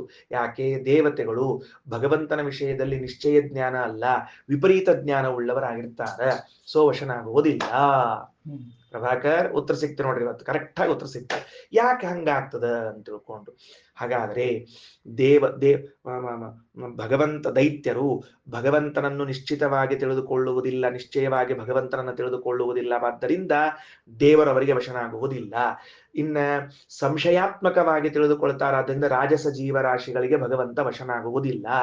ಇನ್ನು ಸಾತ್ವಿಕರೇ ಆಗಿದ್ದರೂ ಕೂಡ ತ್ರೈವಿಧ್ಯರು ಅಂತ ಕರೆಸಿಕೊಂಡು ಇಲ್ಲೇ ಅಲ್ಲೇ ಅಡ್ಡಾಡ್ತಿರ್ತಾರಲ್ಲ, ಅವರು ಭಗವಂತನನ್ನ ಸಾಮಾನ್ಯವಾಗಿ ತಿಳಿದುಕೊಂಡವರಾಗಿರ್ತಾರೆ. ಮೋಕ್ಷ ಯೋಗ್ಯರಾಗಿರುವ ಚೇತನೇನಿರ್ತಾರಲ್ಲ, ಇವರು ಭಗವಂತನನ್ನ ನಿಶ್ಚಿತರಾಗಿ ತಿಳಿದುಕೊಂಡಿರ್ತಾರಾದ್ದರಿಂದಲೇನೆ ಭಗವಂತ ಅವರಿಗೆ ವಶನಾಗುತ್ತಾನೆ. ಅದರಿಂದ ಇನ್ನ ಪುರುಷ ಮೃತವು ಮರಣ ಹೊಂದಿದ ಮೇಲೂ ಕೂಡ ಅದರಂತೆ ಅವನು ತದ್ವಶಃ ಪುರುಷ ಮೃತವು. ನೋಡ್ರಿ, ಇಲ್ಲಿ ಎಂಥ ಜ್ಞಾನ ಮಾಡ್ಕೊಂಡಿರ್ತೀವಿ ಅಲ್ಲೂ ಅಂಥದ್ದೇ ಫಲವನ್ನ ಪಡಿತೇವೆ. ತಸ್ಮಾತ್ ವಿನಿಶ್ಚಿತಂ ಜ್ಞಾನಂ ಕುರ್ಯಾದ್ ವಿಷ್ಣು ಮಹದ್ಗುಣೇ. ಭಗವಂತನ ವಿಷಯದಲ್ಲಿ ನಿಶ್ಚಿತವಾದ ಜ್ಞಾನವನ್ನ ಮಾಡಿಕೊಳ್ಳಬೇಕು. ಯಾರವ? ಮಹದ್ಗುಣೇ ವಿಷ್ಣು, ಬಹಳ ಗುಣಗಳಿರುವಂತಹ ಪರಮಾತ್ಮ. ಮಹಾ ಜ್ಞಾನಾತ್ಮಕತ್ವತ್ತು ಪ್ರೋಕ್ತೋ ವಿಷ್ಣುರ್ ಮನೋಮಯ. ಅಲ್ಲಿ ಮುಂದೆ ಮನೋಮಯ ಅಂತ ಶುರುವಾಯಿತು ಉಪನಿಷತ್ನಲ್ಲಿ. ಮನೋಮಯ ಅಂತ ಯಾಕಪ್ಪ ಅಂತ ಕೇಳಿದ್ರೆ, ಅವ ಮಹಾಜ್ಞಾನ ಸ್ವರೂಪನಾದದ್ದರಿಂದ ಮನೋಮಯ. ಯಸ್ಮಾತ್ ಬಲಶರೀರೋಸೌ ಅತಃ ಪ್ರಾಣಶರೀರಕ. ಮನೋಮಯ ಪ್ರಾಣಶರೀರ ಅಂತದ ಉಪನಿಷತ್ತಿನ ಒಂದೊಂದು ಶಬ್ದಗಳ ವಿವರಣೆ ಮಾಡ್ಲಿಕ್ಕೆ ಆಚಾರ್ಯರು. ಬಲಶರೀರ ಉಳ್ಳವನಾದ್ದರಿಂದ ಪ್ರಾಣಶರೀರ. ಇನ್ನ ಭಾರೂಪ ಅಂತದ, ಅದಕ್ಕೆ ಆಸಮಂತಾತ್ ಪ್ರಕಾಶಾತ್ ಸ ಆಕಾಶಾತ್ಮ ಪ್ರಕೀರ್ತಿತಃ. ಭಾರೂಪ ಅಂದ್ರೆ ಪ್ರಕಾಶ ರೂಪನಾಗಿದ್ದಾನೆ, ಸತ್ಯ ಸಂಕಲ್ಪನಾಗಿದ್ದಾನೆ. ಆಕಾಶ ಅಂದ್ರೆ ಸರ್ವತ್ರ ವ್ಯಾಪ್ತ ಪ್ರಕಾಶ ಉಳ್ಳವನಾಗಿದ್ದಾನೆ. ಆತ್ಮ ಸರ್ವಸ್ವಾಮಿ ಆಗಿದ್ದಾನೆ. ಸರ್ವಕರ್ಮ ಸರ್ವಕಾಮ ಸರ್ವಗಂಧ ಸರ್ವರಸ ಸರ್ವವಿಧಂ ಅಭ್ಯಾತ್ತೋ ಅವಾಕ್ಯೋ ಅನಾದರ. ಶಬ್ದ ಅರ್ಥ ಹೇಳ್ಕೋತ ಹೋಗ್ತೀನಿ, ನೋಡ್ಕೊಳ್ರಿ. ಮನೋಮಯ ಪೂರ್ಣ ಜ್ಞಾನ ಉಳ್ಳವನಾಗಿದ್ದಾನೆ. ಪ್ರಾಣ ಶರೀರ ಭಾರೂಪ ಬಲಶರೀರನಾಗಿದ್ದಾನೆ, ಪ್ರಕಾಶ ರೂಪನಾಗಿದ್ದಾನೆ. ಸತ್ಯ ಸಂಕಲ್ಪ ಅಬಾಧಿತ ಸಂಕಲ್ಪ.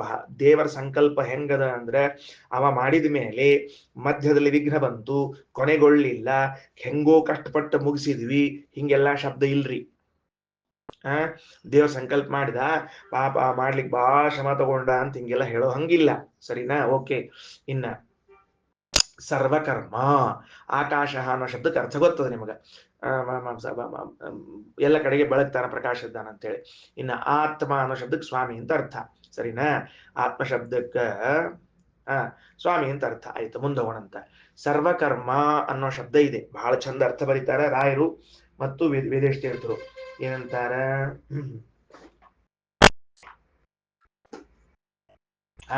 ಸರ್ವಕರ್ಮ ಅನ್ನೋ ಶಬ್ದಕ್ಕೆ ಎಂತಹ ಕೆಲಸಗಳನ್ನ ಮಾಡುವ ಸಾಮರ್ಥ್ಯ ಉಳ್ಳವನು, ಸರ್ವಕರ್ಣ ಶಕ್ತಿ ರೂಪ.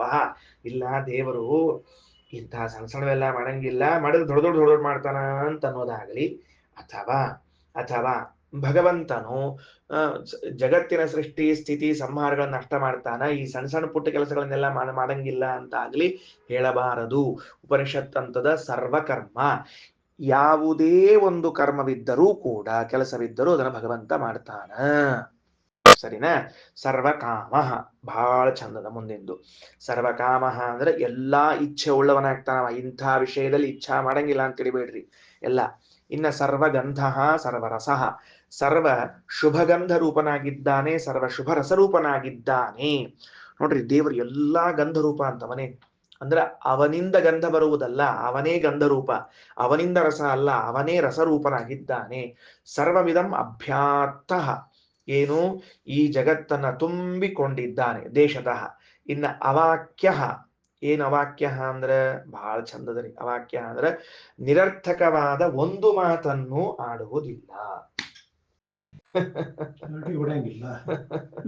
ಬಹಳ ಚಂದದ, ಬಹಳ ಚಂದದ. ಅವಾಕ್ಯ ಭಾರಿ ಚಂದ ಬರ್ಕೊಳ್ರಿ. ದೇವರು ಅವಾಕ್ಯ ಅಂತ ಬರೆದುಕೊಂಡು ನಿರರ್ಥಕವಾದ ಒಂದು ಮಾತನ್ನು ಆಡುವುದಿಲ್ಲ ದೇವರು ಅಂತ ಬರ್ಕೊಳ್ರಿ. ದೇವರು ಅವಾಕ್ಯ ಅನ್ನೋ ಶಬ್ದವನ್ನ ದೇವರ ಗುಣ ಅಂತ ಇಟ್ಕೊಂಡು, ಸ್ವಾಮಿ ನೀನು ಅವಾಕ್ಯ, ನಿರರ್ಥಕವಾದ ಹರಟಿ ಹೊಡೆಯಂಗಿಲ್ಲ ಅಂತ ಉಪಾಸನ ಮಾಡ್ತಿದ್ರೆ, ನಮಗೂ ಬರೋ ಮುಂದೊಂದ್ ಯಾವ್ದಾರ 10-12 ಜನ್ಮ ಆದ್ಮೇಲೆ ಒಂದ್ಸಲ ಮೌನದಿಂದ ಇರೋ ಅಭ್ಯಾಸ ಕೊಡ್ಬೋದು. ಏನ್ರಿ ಆಚಾರ ಅಷ್ಟು ದೂರ ಕಳಿಸಿರಿ, 10-11 ಜನ್ಮ ಮುಂದಿನ ಜನ್ಮ ಅಂತ ಅನ್ಬೇಕು ಅಂತಂದ್ರೆ, ಹಿಂದಿನ ಜನ್ಮದ್ದೆಲ್ಲ ಶಿಕ್ಷಾ ಆಗ್ಬೇಕಲ್ಲ. ಮೊದ್ಲು ಮಾತಾಡಿ ಆಮೇಲೆ ಮುಂದೆ ಯಾವ್ದಾರ ಅಲ್ಲ ಮುಗಿದು ಬೇರೆ. ಅದಕ್ಕೆ ನಾ ಯಾಕೆ ಇದನ್ನ ಹೇಳಿನಿ ಅಂದ್ರೆ, ಈ ಉಪಾಸನೆಯನ್ನ ಮಾಡಿದವರು ವಾಯುದೇವರು, ಅವಾಕ್ಯ ಅಂತ ಉಪಾಸನೆ ಮಾಡಿದವರು. ಕಾರಣ ಏನು ಅಂದ್ರೆ, ಮಹಾಭಾರತದಲ್ಲಿ ಹೇಳುವಾಗ ತತ್ವಜ್ಞಾನೇ ಧೈರ್ಯೇ ಸ್ಥೈರ್ಯೇ ಚ ಪ್ರಲಾಪಸ್ಯ ಚ ವರ್ಜನೆ ಅಂತ ಮಹಾಭಾರತ ತಾತ್ಪರ್ಯದಲ್ಲಿ ಶ್ರೀಮದಾಚಾರ್ಯರು ವಾಯುದೇವರನ್ನ ಪರಿಚಯ ಮಾಡಿಸುವಾಗ, ಭೀಮಸೇನ ಪರಿಚಯ ಮಾಡಿಸುವಾಗ ಪ್ರಲಾಪಸ್ಯ ಚ ವರ್ಜನೆ, ಒಣ ಹರಟಿ ಹೊಡಿತಿರ್ಲಿಲ್ಲ ಅಂತ ಭೀಮಸೇನ ದೇವರು ಎಂದು. ಒಟ್ಟ ಹರಟಿ ಒಣ ಹರಟಿ ಅಂತ ಇಲ್ವೇ ಇಲ್ಲ. ಭೀಮಸೇನ ದೇವ್ರ ಜೀವಮಾನದೊಳಗೆ ಹೊಡೆದಿಲ್ಲ ಅಂತ ವಿಚಾರ ಮಾಡ್ರಿ ನೀವು, ಹೆಂಗಿರ್ಬೇಡ ಅಂತೇಳಿ. ಯಾಕಂದ್ರೆ ಭಗವಂತ ನಿರರ್ಥಕ ಹರಟೆ ಹೊಡೆಯದವನು ಅಂತ ಉಪಾಸನೆ ಮಾಡಿದ್ದರ ಫಲವಾಗಿ ಒಂದು ತುಳಸಿ ಏರ್ಸ್ಬಿಡ್ರಿ ದೇವರಿಗೆ. ಏನಂತ ಅವಾಕ್ಯ ಅವಾಕ್ಯ ಅವಾಕ್ಯ ಅಂತ ಹೇಳಿ ಒಂದು ತುಳಸಿ ಏರ್ಸ ದೇವರಿಗೆ. ನಿರರ್ಥಕ ಹರಟೆ ಹೊಡೆಯದ ಪರಮಾತ್ಮನೇನ್ ತುಳಸಿ ಏರ್ಸಿದ್ರಿ ಅಂದ್ರೆ ನಮ್ ಕಡೆಯಿಂದ ನಿರರ್ಥಕವಾದ ಹರಟಿ ಹೊಡೆಸಂಗಿಲ್ಲ ದೇವರು. ಇನ್ನು ಅನಾದರಹ, ಇದು ಬೇಕೇ ಬೇಕ್ರಿ. ಅನಾದರಹ ಅಂತ ಬೇಕೇ ಬೇಕು. ಯಾಕಂದ್ರೆ ಎಂದೂ ಕೂಡ ಪರಮಾತ್ಮ ತನ್ನ ಶ್ಲಾಘನೆಯನ್ನ ತಾನು ಮಾಡಿಕೊಳ್ಳುವುದಿಲ್ಲ, ಕೊಚ್ಚಿಕೊಳ್ಳಂಗಿಲ್ಲ. ನಾವು ಬರೇ ಕೊಚ್ಕೋತಿರ್ತೀವಿ. ನಮ್ ಕೊಚ್ಚಿಕೊಳ್ಳಿಕ್ ಶುರು ಮಾಡಿದ ಸೌತಿಕಾಯಿ ಸಣ್ಣ ಕೊಚ್ಚಂಗಿಲ್ರಿ, ನಮ್ಮನ್ನಷ್ಟು ಕೊಚ್ಕೋತಿರ್ತೀವಿ, ಚಂದ ಕೊಚ್ಕೋತಿರ್ತೀವಿ. ಉತ್ತರ ಕರ್ನಾಟಕದವ್ರು ಸೌತಿಕಾಯಿ ಕೊಚ್ಚೋದು ಅಂತ ಇರ್ತದ್ರಿ, ಗೊತ್ತದಿಲ್ಲ ನಿಮ್ಗೆ ಹೆಂಗಿರ್ತಾವ, ಸಣ್ಣ ಕೊಚ್ಚು ಅಂತ ಹೇಳ್ತಿರ್ತಾರ ಮನೆ ಹೆಣ್ಮಕ್ಳು. ಹಂಗ ಇಷ್ಟು ಕೊಚ್ಕೋತೀವಿ ನಾವೆಲ್ಲರ. ಛೇ ಛೇ ಛೇ ಛೇ ಛೇ, ನಾ ಹಂಗಾತು ನಾ ಹಂಗಾತು. ದೇವರು ಇಷ್ಟು ಮಾಡಿ ಒಂದು ದಿವಸ ತನ್ನ ಬಗ್ಗೆ ಹೇಳ್ಕೊಳಂಗಿಲ್ರಿ ಪುಣ್ಯಾತ್ಮ ಎಲ್ಲರ ಬಂದು. ಆಚಾರ ಸ್ವಲ್ಪ ಅತಿ ಆತು ಅಂತ ಅನ್ಸಂಗಿಲ್ಲ, ಸ್ವಲ್ಪ ಒಂಚೂರು ಎಕಡ್ರೆ ಅತಿ ಆತು ಅನ್ಸಂಗಿಲ್ಲ. ದೇವ್ರು ಮತ್ತೆ ಹೇಳ್ಕೊಳಂಗಿಲ್ಲ. ಆಮೇಲೆ ಪುರಾಣದಾಗ ವೇದದಾಗ ಯಾಕೆ ಹೇಳ್ಕೊಬೇಕಾತ್ರಪ್ಪ ಅವ, ಇಷ್ಟು ಪುರಾಣದಾಗ ನಾ ಮಾಡಿ ಅಂತ ಹೇಳ್ಕೊಳಂಗಿಲ್ಲ. ಮತ್ತೆ ಅದಕ್ಕೆ ಹೇಳಿದ್ದು ಸಮಸ್ಯೆ ಏನದ ಅಂತಂದ್ರ ನಾ ಮಾಡದೆ ಅಂತ ನಾ ಹೇಳ್ಕೊಂಡ್ರೆ ದೋಷ, ಪರಮಾತ್ಮ ತಾ ಮಾಡದೆ ಅಂತ ಹೇಳಿ ದೋಷ ಇಲ್ಲ. ಯಾಕಂದ್ರೆ ಅದನ್ನ ಉಪಾಸನಾ ಮಾಡಿ ಮೋಕ್ಷ ಪಡಿಬೇಕಾಗಿದೆ. ಸಮಸ್ಯೆ ಇದೆ ನೋಡಿ. ಅದು ಪ್ರಾಬ್ಲಮ್ ಅದ ಇಲ್ಲಿ. ಏನ್ ಪ್ರಾಬ್ಲಮ್ ಅದ ಅಂದ್ರೆ ಅವನ ಬಗ್ಗೆ ಅವ ಹೇಳದೆ ಹೋದ್ರ ನಮಗ್ ತಿಳ್ಕೊಳಿಕ್ ಸಾಧ್ಯ ಇಲ್ಲ, ನಮ್ ಬಗ್ಗೆ ನಾವ್ ಹೇಳದೆ ಹೋದ್ರೆ ತಿಳ್ಕೊಳಿಕ್ ಬರ್ತದ. ಅರ್ಥ ಆಯ್ತಾ? ನಮಗಿಂತ ಉತ್ತಮರು ನಮ್ಮನ್ನ ಅಬ್ಸರ್ವ್ ಮಾಡಿ ಇವನ ಗೊತ್ತದ ಬಿಡು, ಈಗ ನೋಡ್ರಿ ನಮಗ್ ರೋಗ ವಾಸಿ ಆಗ್ಯದ ಬಿಟ್ಟದ ಎಂಬುದು ಡಾಕ್ಟರ್ ಅಬ್ಸರ್ವ್ ಮಾಡಿ ಹೇಳ್ತಾರೋ ಇಲ್ಲೋ? ಡಾಕ್ಟರ್ ನೋಡಿ ಹೇಳ್ತಾರಲ್ಲ, ಅದು ಇಟ್ಕೊಂಡಿರ್ತಾರ ಅವರು, ದಿವಸ ಚೆಕ್ ಮಾಡ್ತಿರ್ತಾರೆ. 8 ದಿವಸ ಆದ್ಮೇಲೆ ನಿಮ್ದು ಆರೋಗ್ಯ ಆಗ್ಯದ ಹೋಗ್ರಿ ಅಂತ ಕಳಿಸ್ತಾರ ಅವ್ರು. ಅಂದ್ರೆ ನಮ್ ಬಗ್ಗೆ ಆರೋಗ್ಯ ಅದ ಬಿಟ್ಟದ ಎಂಬುದು ಇನ್ನೊಬ್ರು ಹೇಳಲಿಕ್ಕೆ ಬರ್ತದ. ನಮಗ ಹಸಿವೆ ಆಗ್ಯದ, ನಿದ್ದೆ ಬಂದ ಎಲ್ಲ ಗೊತ್ತಾಗೋದು. ದೇವ್ರ ಬಗ್ಗೆ ಹೆಂಗ್ ಗೊತ್ತಾಗಬೇಕಪ್ಪ? ಅನಿವಾರ್ಯದ, ಅವನೇ ಹೇಳ್ಕೋಬೇಕು. ಅವ ಹೇಳ್ಕೊಳ್ಳಿಲ್ಲ ಅಂದ್ರೆ ನಮಗ್ ಗೊತ್ತಾಗಂಗಿಲ್ಲ. ಅದಕ್ಕೆ ಹೇಳ್ಕೊತಾನ ಹೊರತಾಗಿ ಜಂಬಾ ಕೊಚ್ಕೊಳ್ಳಿಕ್ಕೆ ಅಂತ ಇಲ್ಲ. ಅದಕ್ಕೆ ಕೆಲವರು ಆತ್ಮಚರಿತ್ರೆಯಿಂದ ಬರ್ಕೊಂಡಿರ್ತಾರೆ. ಅದಕ್ಕ ಬಯೋಗ್ರಫಿ ಅಂತ ಇಂಗ್ಲಿಷ್ ನೊಳಗ ಅದರಿ, ಕನ್ನಡದೊಳಗ ಭಯಾಗ್ರಫಿ ಅಂತ ಕರಿಬೇಕು. ಅದನ್ನ ಓದಿದ ಇಷ್ಟು ಭಯ ಆಗ್ತಿರ್ತದ ಅಂದ್ರ ಇವ್ರ ಗ್ರಾಫ್ ಎಲ್ಲೆಲ್ಲರೂ ಹೋಗ್ತಿರ್ತದ. ಅದಕ್ಕೆ ಭಯಾಗ್ರಫಿ ಅದು. ಅದಕ್ಕ ನೋಡ್ರಿ, ದೇವರು ತನ್ನ ಬಯೋಗ್ರಫಿಯನ್ನ ಬರ್ಕೊಂಡಾನಲ್ಲ, ಭಾಗವತ, ಮಹಾಭಾರತ, ರಾಮಾಯಣಗಳನ್ನ ಇವತ್ತಿಗೂ ಓದಿದ್ರೆ ನಮಗೆ ಭಯ ಆಗೋದಿಲ್ಲ, ದೇವರು ಗರ್ವ ಪಟ್ಟುಕೊಂಡ ಅಂತ ಅನ್ಸಂಗಿಲ್ಲ. ಅಂದ್ರೆ ಅದು ಎಷ್ಟು ಚಂದ ಬಯೋಗ್ರಫಿ ಬರ್ಕೊಂಡಾನ ಅಂತ. ಅವಾಕ್ಯೋ ಅನಾಥ. ಸರಿ, ಇನ್ನ ತೆಳಗ ತಾತ್ಪರ್ಯ ತಗೊಳ್ರಿ. ಏನಂತಾತು? ಯಸ್ಮಾತ್ ಬಲ ಶರೀರೋಸೌ ಅತಃ ಪ್ರಾಣ ಶರೀರಕಃ ಆಸಮಂತಾತ್ ಪ್ರಕಾಶಾತ್ ಸ ಆಕಾಶಾತ್ಮ ಪ್ರಕೀರ್ತಿತಃ ಸರ್ವಗಂಧಾದಿ ರೂಪಶ್ಚ ಭೋಕ್ತಾಚೇಷಾಂ ಸದೈವ. ಹಿ ಬರೇ ಗಂಧಾದಿ ರೂಪನಾಗಿಲ್ಲ, ಅವು ಎಲ್ಲದರ ಭೋಗವುಳ್ಳವನಾಗಿದ್ದಾನೆ. ಇತಿ ನಿಶ್ಚಯ ಕೃತ್ಯಾತಿ ತಮೇವ ಪುರುಷೋತ್ತಮಂ. ಈಗ ಬಂತ್ ನೋಡ್ರಿ, ಭಗವಂತನ ಬಗ್ಗೆ ನಿಶ್ಚಯವಾದ ಜ್ಞಾನ ಮಾಡಿಕೊಳ್ಳ್ರಿ, ನಿಶ್ಚಿತ ಜ್ಞಾನ ಮಾಡಿಕೊಳ್ಳ್ರಿ ಅಂದ್ರೆ ಏನು ಅಂದ್ರೆ ಶ್ರೀಮದಾಚಾರ್ಯ ಅಂತಾರೆ ಇತಿ ನಿಶ್ಚಯ ಕೃತ್, ಇದನ್ನ ನಿಶ್ಚಯ ಮಾಡಿಕೊಳ್ಳ್ರಿ. ಇಷ್ಟು ತಮೇವ ಪುರುಷೋತ್ತಮಂ, ಆ ಪರಮಾತ್ಮನನ್ನು ಹೊಂದುತ್ತಾನ ಮುಂದ.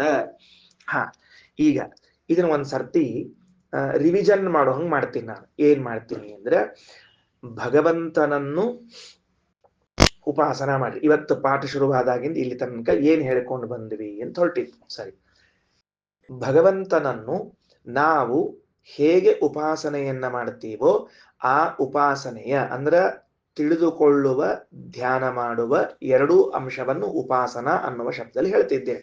ನಾನು ಭಗವಂತನನ್ನು ಹೇಗೆ ತಿಳಿದು ಉಪಾಸನೆ ಮಾಡ್ತೀನೋ, ಧ್ಯಾನ ಮಾಡ್ತೀನೋ, ಇದು ನನಗೆ ಬರುವ ದಿನಗಳಲ್ಲಿ, ಬರುವ ಜನ್ಮಗಳಲ್ಲಿ, ಬರುವ ಪರಲೋಕಗಳಲ್ಲೂ ಉಪಯೋಗಕ್ಕೆ ಬೀಳುತ್ತದೆ, ಫಲಪ್ರದವಾಗುತ್ತದೆ.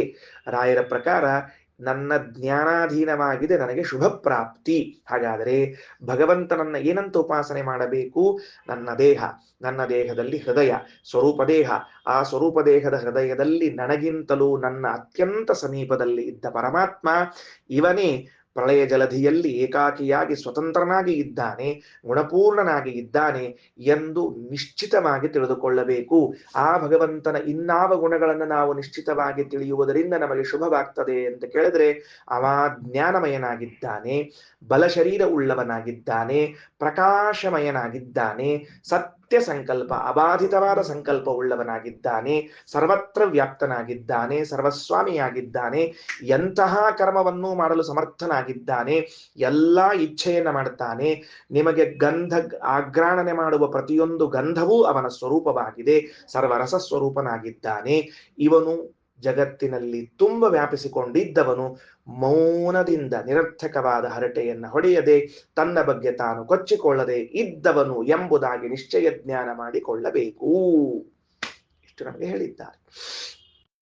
ಏಷಮೇ ಆತ್ಮ ಅಂತರ್ಹೃದಯೇ, ಇವನೇ ಅಂತರ್ಹೃದಯ, ನನ್ನ ಹೃದಯದಲ್ಲಿ ಇದ್ದವನು ಬೇರೆ ಯಾರೋ ಅಲ್ಲ. ಅಂತರ್ಹೃದಯೇ ಅಣಿಯಾನ್, ಅವ ಎಷ್ಟಿದ್ದಾನ? ಅಣಿಯಾನ್, ಬಹಳ ಸಣ್ಣ ಇದ್ದಾನಂತ ಅವ ಪುಣ್ಯಾತ್ಮ, ತಿಳಿತಿಲ್ಲೋ? ಅಣಿಯಾನ್ ಎಷ್ಟಣು ಇದ್ದಾನೆ ಹೇಳ್ರಿ ಅಂದ್ರೆ, ವ್ರೀಹೇರ್ವಾ ಯವಾದ್ವಾ ಸರ್ಷಪಾದ್ವಾ ಶಾಮಾಕಾದ್ವಾ ಶಾಮಾಕ ತಂಡುಲಾದ್ವಾ ಏಷಮೇ ಆತ್ಮ ಅಂತರ್ಹೃದಯೇ ಜಾಯಾನ್ ಪೃಥಿವ್ಯಾ ಜಾಯಾನ್ ಅಂತರಿಕ್ಷಾಜ್ಜಾಯಾನ್ ದಿವೋಜ್ಜಾಯಾನ್ ಏಭ್ಯ ಲೋಕೇಭ್ಯ. ಈ ಶ್ಲೋಕದಲ್ಲಿ, ಈ ಮಂತ್ರದಲ್ಲಿ ಭಗವಂತನ ಅಣೋರಣೀಯಾನ್ ಮಹತೋ ಮಹೀಯಾನ್ ಅನ್ನುವ ಅಂಶವನ್ನು ಹೇಳಿರುತ್ತಾರೆ. ಒಂದೊಂದು ಶಬ್ದ ತಗೊಳ್ರಿ. ಈ ಭಗವಂತ ಏಷಮೇ ಆತ್ಮ, ಈ ಪರಮಾತ್ಮನಿದ್ದಾನ, ಅಂತರ್ಹೃದಯೇ ನನ್ನ ಹೃದಯದಲ್ಲಿ, ಅಣಿಯಾನ್ ಸಣ್ಣ ರೂಪದಲ್ಲಿ ಇದ್ದಾನೆ, ಅಣುವಾಗಿದ್ದಾನೆ. ಎಷ್ಟು ಅಂತ ಕೇಳಿದ್ರೆ, ವ್ರೀಹಿ ವ್ರೀಹಿ ವ್ರೀಹಿ ವ್ರೀಹಿ ಅಂದ್ರೆ ಭತ್ತ, ನೆನಪಿಟ್ಕೊಳ್ರಿ. ವ್ರೀಹಿ ಅಂದ್ರೆ ಏನು? ಭತ್ತ. ಬರ್ಕೊಡ್ರಿ, ಶಬ್ದಾರ್ಥ ಗೊತ್ತಾಗಿಲ್ಲ. ಸರಿ, ಮುಂದೆ ನೋಡ್ರಿ. ಏನು ವ್ರೀಹಿ ಅಂದ್ರೆ ಭತ್ತ. ದೇವರು ವ್ರೀಹೇಹೆ ಅಣಿ, ಭತ್ತಕ್ಕಿಂತಲೂ ಅಣುವಾಗಿದ್ದಾನೆ. ದೇವರೇನಾಗಿದ್ದಾನೆ ಅಂದ್ರೆ ಭತ್ತಕ್ಕಿಂತಲೂ ಅಣುವಾಗಿದ್ದಾನೆ. ಯವಾದ್ವಾ, ಯವ ಅಂದ್ರೆ ನವಣಿ, ನವಣಿಗೆ ಯವ ಅಂತ ಕರೀತಾರೆ, ನವಣಿಗಿಂತಲೂ ಅಣುವಾಗಿದ್ದಾನೆ. ಸರ್ಷಪಾದ್ವಾ, ಸರ್ಷಪ ಅಂದ್ರೆ ಸಾಸ್ವಿ, ಸಾಸ್ವಿಗಿಂತ ಅಣುವಾಗಿದ್ದಾನೆ. ಶಾಮಾಕಾದ್ವಾ, ಶಾಮಾಕ ಅಂದ್ರೆ ಸೀಮೆ ಅಕ್ಕಿ ಅಂತ ಕರೀತಾರೆ ಅದಕ್ಕೆ, ಶಾಮಾಕ ತಂಡುಲ. ಶಾಮಾಕ ತಂಡುಲ ಅಂದ್ರೆ ಸೀಮೆ ಅಕ್ಕಿ ಅಂದ್ರೆ ಸಣ್ಣ ಅಕ್ಕಿ ಅಂತ ಅರ್ಥ. ಒಂದು ದೊಡ್ಡ ಅಕ್ಕಿ, ಒಂದು ಸಣ್ಣ ಅಕ್ಕಿ ಅಂತ ತಿಳ್ಕೊಳ್ರಿ. ಇವು ಎಲ್ಲಕ್ಕಿಂತಲೂ ಸಣ್ಣ ಸಣ್ಣ ಸಣ್ಣ ಇದ್ದಾನ ಭಗವಂತ. ಆಶ್ಚರ್ಯ ನೋಡ್ರಿ. ಭತ್ತನೇ ಬಹಳ ಸಣ್ಣ ಅಂತ ತಿಳ್ಕೊಂಡ್ವಿ, ಒಂದಷ್ಟು ಭತ್ತಕ್ಕಿಂತ ಸಣ್ಣ ಇದ್ದಾನೆ. ಹೋಗ್ಲಿ ಬಿಡ್ರಿ. ಭತ್ತದೊಳಗದ ಅಕ್ಕಿ, ಅಕ್ಕಿಕ್ಕಿಂತ ಸಣ್ಣ ಇದ್ದಾನ ಅಂತ ತಿಳ್ಕೊಂಡ್ವಿ, ಅದು ಅಲ್ಲ. ಸಣ್ಣಕ್ಕಿ ಅಂತದ ಸಣ್ಣಕ್ಕಿಕ್ಕಿಂತ ಸಣ್ಣ ಇದ್ದಾನ ಅಂತ. ಅದ್ರ ಮುಂದೆ ಬಂದ್ರು ಸಾಸ್ವಿ ಎಂದು, ಸಾಸ್ವಿಕ್ಕಿಂತ ಸಣ್ಣ ಇದ್ದಾನ ಅಂತ ತಿಳ್ಕೊಳ್ರಿ. ಚೂಯು ಇವ ಅಣು. ಆಮೇಲೆ ಮುಂದೇನು? ಏಷಮೇ ಆತ್ಮ ಅಂತರ್ಹೃದಯೇ ಜಾಯಾನ್, ಇವ ಏನಿದ್ದಾನ? ಜಾಯಾನ್ ಮಹತ್, ಎಷ್ಟು? ಪೃಥಿವ್ಯಾಹ ಜಾಯಾನ್ ಅಂತರಿಕ್ಷ ಜಾಯಾನ್ ದಿವೋ ಜಾಯಾನ್, ಪೃಥ್ವಿಗಿಂತ ದೊಡ್ಡವನು, ಅಂತರಿಕ್ಷಕ್ಕಿಂತ ದೊಡ್ಡವನು, ಸ್ವರ್ಗಕ್ಕಿಂತ ದೊಡ್ಡವನು ಅಂತ. ಹಿಂಗಾಗಿ ದೇವರು ಎಲ್ಲಿದ್ದಾನಪ್ಪ, ಹೆಂಗಿದ್ದಾನಂದ್ರ ಅಣೋಹು ಅಣೀಯಾನ್ ಮಹತೋ ಮಹೀಯಾನ್ ಆಗಿದ್ದಾನೆ. ಸರ್ವಕರ್ಮ ಸರ್ವಕಾಮ ಸರ್ವರಂಧ ಸರ್ವಗಂಧ ಸರ್ವರಸಃ, ಹಿಂದೆ ಬಂದದ್ದ ಮತ್ತ ಸರ್ವವಿಧಂ ಅಭ್ಯಾತ್ತೋ ಅವಾಕ್ಯಾನಾದರ ಏಷಮೇ ಆತ್ಮ ಅಂತರ್ಹೃದಯೇ ಏತದ್ ಬ್ರಹ್ಮಮಿತ ಸಂಪ್ರೇತ್ಯ ಅಭಿಸಂಭವಿತ ಅಸ್ಮೀತಿ ಯಸ್ಯ ಸ್ಯಾದದ್ಧ ನ ವಿಚಿಕಿತ್ಸಾ ಅಸ್ತಿ ಇತಿ ಹಸ್ಮಾಹ ಆಹ ಶಾಂಡಿಲ್ಯ ಶಾಂಡಿಲ್ಯ. ಹಿಂಗ ಯಾರು ತಿಳ್ಕೋತಾರೋ ಅವರಿಗೆ ಉತ್ತಮ ಫಲವಾಗ್ತದ ಅಂತ ತಿಳಿಸ್ಲಿಕ್ಕೆ ಹೊರಟಾರ. ಸರಿ, ಇಷ್ಟು ಮುಗಿಸೋಣ ಅಂತ ಇವತ್ತು ಪಾಠ. ನಾಳೆ ಪಾಠದ್ದು ಒಂದು ಚೂರು ಹೇಳಿಟ್ಟಿರ್ತೀನ್ರಿ. ಆಕ್ಚುಲಿ ಇವತ್ತು ಬರ್ಬೇಕಾಗಿತ್ತದ, ಕೊನೆಗೆ ಬರ್ಲಿಲ್ಲ. ಇದೇ ವಿಷಯ ಬಹಳ ಇದ್ದರಿಂದ ಬಿಟ್ಟಿದ್ದೀನಿ. ಏನು ಅಂದ್ರೆ, ಪ್ರತಿ ಸರ್ತಿ ನಾವು ದೇವರಿಗೆ ಕೇಳ್ತಿರ್ತೀವಿ, ದೇವರನ್ನ ಪುರಾಣಗಳಲ್ಲೋ ಪಾಠದಲ್ಲೋ ಕೇಳೋ ಕಾಲಕ್ಕೆ ದೇವರು ಚತುರ್ಭುಜ ಚತುರ್ಭುಜ ಚತುರ್ಭುಜ ಅಂತ ಕೇಳ್ತಿರ್ತೀವಿ. ಹೌದಾ? ನಾಲ್ಕೈಯವ ನಾಲ್ಕೈಯವ ನಾಲ್ಕೈಯವ ಅಂತ. ಐತರೇಯ ಉಪನಿಷತ್ತು, ಸಾರಿ ಛಾಂದೋಗ್ಯ ಉಪನಿಷತ್ತು ಆ 4 ಕೈಗಳಿಗೆ ಹೆಸರೇನಿದೆ ಅಂತ ಹೇಳಿರುತ್ತದೆ. ದೇವರ ಮೇಲಿನ ಬಲಗೈ ಹೆಸರೇನು, ಕೆಳಗಿನ ಬಲಗೈ ಹೆಸರೇನು, ಎಡಗೈ ಹೆಸರೇನು, ಕೆಳಗಿನ ಎಡಗೈ ಹೆಸರೇನು ಅಂತ ಹೇಳ್ತದ. ಹೇಳಿದ ಮೇಲೆ ಈ 4 ಕೈಗಳ ಹೆಸರು, ಅದರಿಂದಾದ ಪ್ರಕ್ರಿಯೆಯನ್ನ ತಿಳಿದು ಉಪಾಸನೆ ಮಾಡಿದರೆ ಫಲವೇನು ಅಂತ ಹೇಳ್ತಾಳೆ ಸ್ವತಃ ಮಹಾಲಕ್ಷ್ಮಿ. ನಾನು ನನ್ನ ಗಂಡನ 4 ಭುಜಗಳನ್ನ ಹಿಂಗ ತಿಳ್ಕೊಂಡು ಹಿಂಗ ಉಪಾಸನೆ ಮಾಡಿದ್ದಕ್ಕ, ದೇವ್ರ ಉಪಾಸನೆ ಮಾಡಿದ್ದಕ್ಕ, ನೆನ್ಪಿಟ್ಕೊಳ್ರಿ, ದೇವರನ್ನು ನಾನು ಹಿಂಗ ಉಪಾಸನೆ ಮಾಡಿದ್ದಕ್ಕ ನನಗೆ ಏನ್ ಫಲ ಸಿಕ್ತು ಅಂತ ಹೇಳ್ತಾಳೆ. ನಾಳೆ ಬೆಳಗ್ಗೆ ಪಾಠದಲ್ಲಿ ನೋಡೋಣ. ಶ್ರೀಕೃಷ್ಣ ಅರ್ಪಣಮಸ್ತು.